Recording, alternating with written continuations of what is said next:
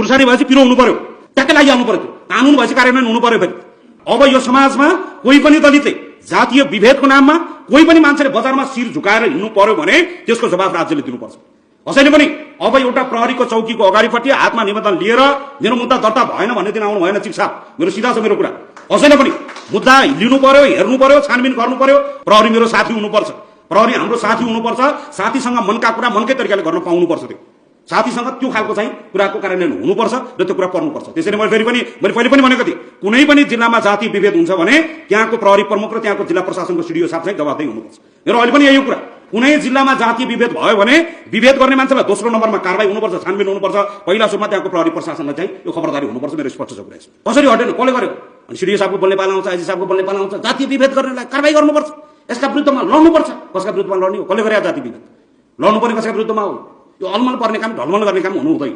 यो कुरा मेरो हिजो पनि स्पष्ट थियो, आज पनि स्पष्ट छ। जातीय विभेद गर्नेलाई कारबाही हुनुपर्छ। पहिलो अनुहार कसको हुन्छ? प्रहरीको हुन्छ। राज्यमा कुनै पनि घटना दुर्घटना हुँदै गर्दा उपस्थिति जनाउने, राज्यको अनुहार बोकेर प्रतिनिधित्व गर्ने कुन अंग हो? त्यो प्रहरी हो। प्रहरीले कहीँ कतै अलमल ढलमल दायाँ बायाँ प्रभाव हुनु हुँदैन। स्पष्ट छ मेरो कुरा। त्यो हिजो पनि स्पष्ट थियो, आज पनि स्पष्ट छ। अहिले सरकारको पक्षको एउटा पार्टीको एउटा सदस्य हुनुको नाताले पनि यही हो मेरो कुरा। चाहे नवराजको विकल्पको कुरा होस्, चाहे अगाडि फोटो राखिरहेको त्यो छोरी निशा विकल्पको कुरा किन नहोस्, प्रहरीले कहीँ कतैबाट बदमाशी हुँदैन। चिफ साहब यही हुनुहुन्छ, यो बदमाशी हुनु हुँदैन। चिफ साहब क्लियर छ यो कुरा।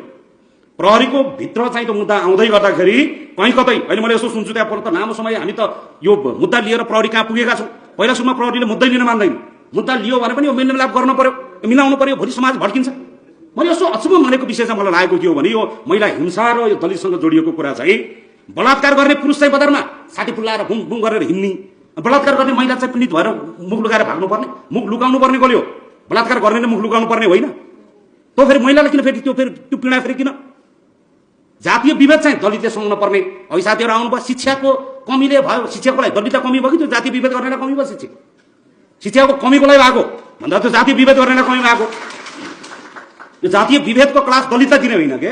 त्यो जसले जातीय विभेद गरेको छ त्यसलाई क्लास दिने हो। त्यसलाई यसमा स्पष्ट छ। अस्ति हाम्रो प्रधानमन्त्रीको उम्मेदवारले भने जस्तो बाटो नबनाउनेलाई पाता पार्ने हो कि बाटा हान्ने हो कि के हान्ने हो, मेरो यसमा पनि स्पष्ट छ कुरा। अस्तिसम्म ट्वाक्क हान्ने भन्ने एउटा भाइरल भइरहेको थियो। यो हान्नुपर्ने कुरा हान्नुपर्छ, स्पष्ट छ मेरो विषयमा।